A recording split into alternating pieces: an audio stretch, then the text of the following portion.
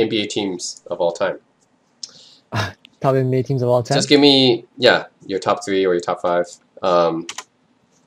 We're talking like all time NBA teams. All time? Yeah. Well, the Kevin Durant Golden State Warriors team's in there for sure. All right, so 2017 Warriors, right? Mm-hmm. Okay. 96 Bulls? Obviously, yeah. It would be like 96 or 97 Bulls. Both of those are great. So you can actually put a 96/97 Bulls. All right.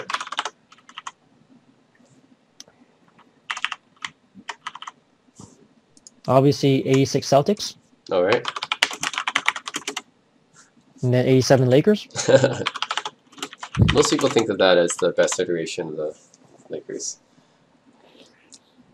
The last one. We got a bunch of dynasties, right? Spurs dynasty. Got the Heat, right? The 60s Celtics.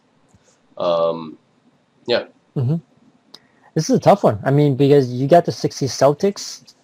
Are we just talking about how iconic and their accomplishments? Or are we talking about if we put these teams together right now, they're playing right now, who's going to win? I'm putting your top 5 NBA teams that you think are the best teams. I'm not talking about dynasties, because if we're talking about dynasties, obviously the 60s Celtics are not comparable, right? They won 11. Right, they won 11 in 13 years. So I'm talking about just individual teams here. Yeah. Okay, so and if we're gonna put these teams here right now in the gym, who's actually gonna win, right? Like right now, if they play together. No, I'm just playing your top 5. I'm not gonna. I don't know who's gonna win these because they're, because I don't so different. I don't know because I don't know if those 60s Celtics teams can actually hang with some of the teams actually now. Yeah. That's the only difference. So if we're talking about that, it would be between either. I'm just talking about the teams in their era, based on their accomplishments in their era, like their dominance, right? Mm-hmm. Who would you take? It would be either between, this last one would be either the 2000 or 2001 Lakers or one of the Spurs teams.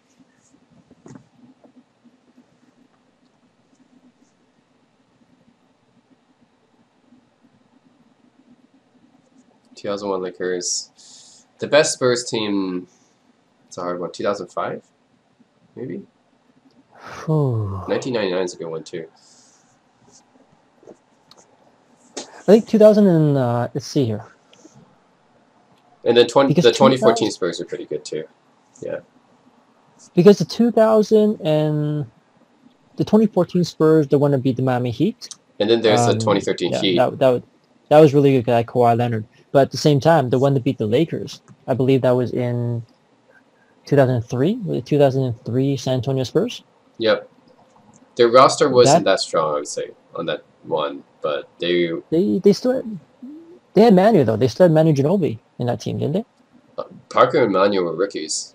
Robinson Manu played really well. Robinson was in his last year. It was pretty much Duncan. Mm-hmm. He carried most of that team. Yeah, it was Duncan, but I remember Manu played really well against the Lakers during that series, and Duncan was crazy as well.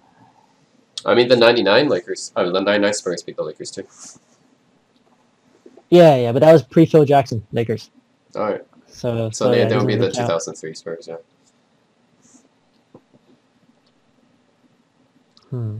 I say don't forget about the 2013 Heat as well. And that was they had a 27-game winning streak, I think, in the regular season. Mm-hmm. And 72 Lakers is a good one as well. And there's a lot of good teams. 83 76ers. It's another one. Mm-hmm. Some of those Knicks teams in the 70s.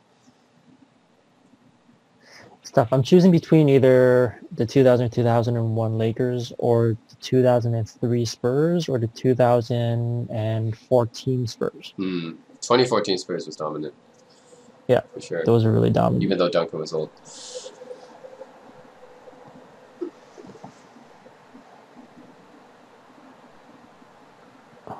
I would go with, personally for me, maybe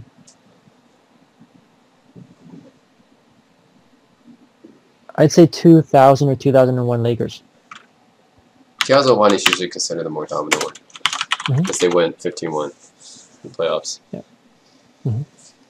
Cool. For me, yeah, I'm going to go with 2017 Warriors because that's like the most stacked team ever. 96 Bulls. Here's where it gets interesting. So 86 Celtics were really good in that they had McHale, Bird, and Parrish, and DJ and Walton. They had 5 Hall of Famers. That was a stacked team. I think one team that gets forgotten is the 67 76ers. They were good. They were a really good team. They were actually voted the best team of that decade, even though they were the only non-Celtic team to win that decade. Which is interesting. Wilt Chamberlain in his prime, Billy Cunningham as a 6-man, Hal Greer, Chet Walker. So that's a hard one. You have to ask yourself too: are we really talking about if they're facing each other right now, who's going to win? I'm not talking about if they're facing each other right now. I'm talking about in their era. Okay. In their era, okay, and then that's a different thing. Yeah. Because if we're talking about in their era, then the '60s Celtics should actually be in here. We're just talking about in their era. Yeah, but which one? Yeah, well, that's the point. I mean, they were that dominant, right? So I think pretty much almost anyone. I would say the 60 Celtics. I'm not going to put them in the top 5 though. Like, because they were dominant, but they weren't like super like. Think of it this way: like, the 60s were dominated by the Celtics, but they were all like maybe 50 something win teams. Right. But you had the 67 76ers, which is the one team that beat the Celtics, but they won 68 wins. So even though they weren't as dominant in decade, they had the higher peak. And we're talking about individual teams here, we're not talking about dynasties, right? Right. So that's what. Well, it depends, because I think sometimes if a team with almost the same lineup for many years, if they actually win multiple championships, like for example, when you talk about a championship team, sure, we have one-off years, but then sometimes a sign of a really great team is a team that can actually repeat or three-peat, and that's a sign of a really great champion. And I think for me, that's something that I look into, like when I choose these teams, teams that can win multiple championships. Yeah, so for me, that's a part of the criteria of a truly great team, if they can actually do it again. Yeah. So who's your third? Hard. I'm actually going to go with the 72 Lakers. 33-game winning streak still hasn't been broken. Wilt was still, he won Finals MVP that year, so he was not really in his prime, but he's still really good. West was in his prime. Baylor kind of retired that year. Unfortunately, Gail Goodrick was there as well, kind of a good third superstar guy. So yeah, 72 Lakers. And then I'm going to go with not the 87 Lakers. I'm going to go with the 85 Lakers, which many people may not choose. They didn't have as good regular season record as 87 Lakers, but I feel like they were more talented. The first one to beat the Celtics on their home floor. And actually, I think this was the first time they beat the Celtics in the finals. Yeah. Kareem was Finals MVP, even though he was like 38, but still got Finals MVP. Magic in his prime. James Worthy. Jamal Wilkes was still there. Bob McAdoo coming off the bench, right? That was a pretty stacked team. So 85 Lakers and probably 86 Celtics. Rounds out the West. I mean, there's a couple, like we didn't, like the 83 76ers, the 89 Pistons. Those were good teams as well. 72 Knicks. No, sorry, 70 Knicks. 68 76ers. There's a lot more teams that we did. And 60 Celtics, right? But those are the top 5, I think. 2013 Heat is another one. Yeah, I think the only difference between, like, say, 85 Lakers and 87 Lakers is the fact that Magic Johnson was quite a bit better in 87. I don't think he was that much better. He just took more of the offensive load off of Kareem. I think he was just more aggressive overall. His mindset was different. I feel like was quite a bit different. In 85 he was. I think Magic's most of his career he was in his prime. Like he was earlier in his career he was more of a sister, and then he became kind of the alpha dog. I think around 86, 87. Yeah. Actually, if I were to choose my next 5, I'd probably go like this: 76ers. Then I would go with the 70 Knicks. Then I would go with 71 Bucks, which had Kareem and Oscar. And then I'd go with the 2013 Heat.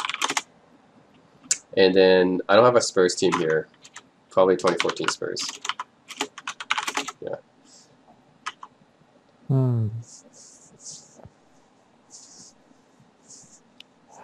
Those are pretty good teams. I think right here, if we see, it just comes down to, if you're talking about the era, then that's fine. If we're talking about the era. But if we're talking about, for me, a couple of things that I look for are teams that I can, like I said, can prove that they're not one and done. You know, obviously there's a lot of reasons sometimes. If the team got broken up, nothing we can say about it. But for me, I want to see a team that can repeat, and if you can three-peat, even better. So just to prove to me it's not a fluke or a one-off thing, because I think the true heart of a champion is someone who can actually not just do it one time, but after you are the champion and everybody's gunning at you and the pressure's on, you can do it again. So for me, that's a sign of greatness. So teams that win multiple championships to me are really important. Look, get your picks here. Two-peated, two-peated, did not two-peat, two-peated, and two-peated, right? Here. Yeah, but at least they won multiple championships, like the Celtics. So they're not exactly one and done either. So that's really important to me. Interesting. If I were to do that, so it wouldn't be 76ers. Knicks actually did two-peat. Not the Bucks, right? I would swap this with the 60 Celtics. Exactly. The Heat actually did, 2012 as well. Yep, they did. 2014 Spurs. Actually, I would count 2013, 2014 as kind of... 2013, they were so close. Yeah, they were. Bad Boy Pistons, yeah. Right? They did two-peated, right? Yep. They won, they two-peated. Yeah. Yep, they two-peated. And so that was a good team. It was a good team. But I would say, in terms of just head-to-head, I think that team defensively was amazing, and they were very stacked. They had 2 20-point-per-game scorers coming off the bench. So that was a very good team. But at the same time, there are some holes, I think, in the way they play. But, but they're definitely up there. Yeah, that's a good lineup. One and done. I had the 83 76ers, but they were basically one and done. Right, but they went to the finals. But that was a good team. The 76ers went to the finals a lot, though. They just lost to Lakers. Right. Yeah. Yeah. And the 2001 Lakers. I could put that one here as well, but it's hard. 2014 Spurs. Yeah. I'll keep it as is. Yeah. I mean, for me, if I was going to actually go even longer on my list, I would put right after that 2014 Spurs. And I would actually put the 2003 Spurs in there as well. Okay. Because that year, Manu Ginobili played really well. And Tony Parker was actually very good from the beginning already, from the get-go. And you still had another year of David Robinson along with Tim Duncan. So, And they pretty much beat almost the prime Lakers anyways. So they definitely... They beat the Kobe Shaq Lakers, yeah. Yeah, they're definitely there. Now, if we're talking about in the era, then 1960 Celtics, for sure. That was, I would think, the best iteration. I mean, there were a lot of good iterations of the Celtics, but I think talent-wise, 60s, okay, you got Heinsohn, I mean, obviously Russell, Heinsohn, Kuzi, still in his prime. You don't have Havlicek yet, so I don't think Hondo was there in 60, but you got Bill Sharman, you got Frank Ramsey, right? You got Sam Jones, Casey Jones, right? So that's all there. There's also the 1965 Celtics as well. They're also pretty good too. I think they actually won a few more games, but it wasn't by much. Instead of Kuzi and Sharman, they have Hondo instead. So you might consider this iteration as well. I don't think the difference is too big between those two, though.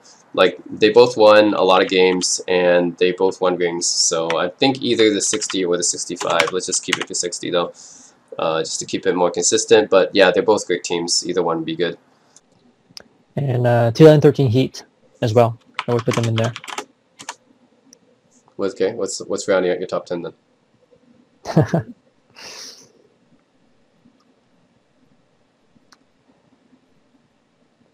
I would put 72 Lakers.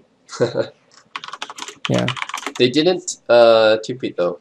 It was those. Yeah, I know, but Will Chamberlain, Jerry West. I mean, yeah, he can't beat that. Yeah, Baylor. Baylor wasn't on 72, but okay, 70, 69, 70, 72, Wait, who 73. was which was the year where they had the 3 stars? It was Wilt, Jerry West. So 72 was Wilt, West, and Goodrick. Okay, all right. Yeah, Baylor was 69 and 70. Yeah, they were very close to 69. Mm-hmm. Almost, they went to Game 7, right? And then Jerry West won that Finals MVP at the losing team. Right. But because Wilt's coach didn't like him at the time, he didn't put him in for the last few minutes, and they lost. And West got like so pissed about that. I still remember the game where the Lakers, they actually put the balloons up there on the Raptors. That was 69 as well, and West got pissed. Yeah. Mm-hmm. Right, and Russell saw it, and he was like, "Those balloons are not coming down." Yep. I might actually put 2001 Lakers here. Actually. Yeah. All right. Yeah, you gotta have the 2001 Lakers in there. I also might want to put 70 Knicks win 7 games though. All right. But 76ers dominant in 83. They went 4. Yes. Yeah. Yeah, I think they went 12-1. All right, cool. All right. Yeah, cool. It was fun. Top 10 teams.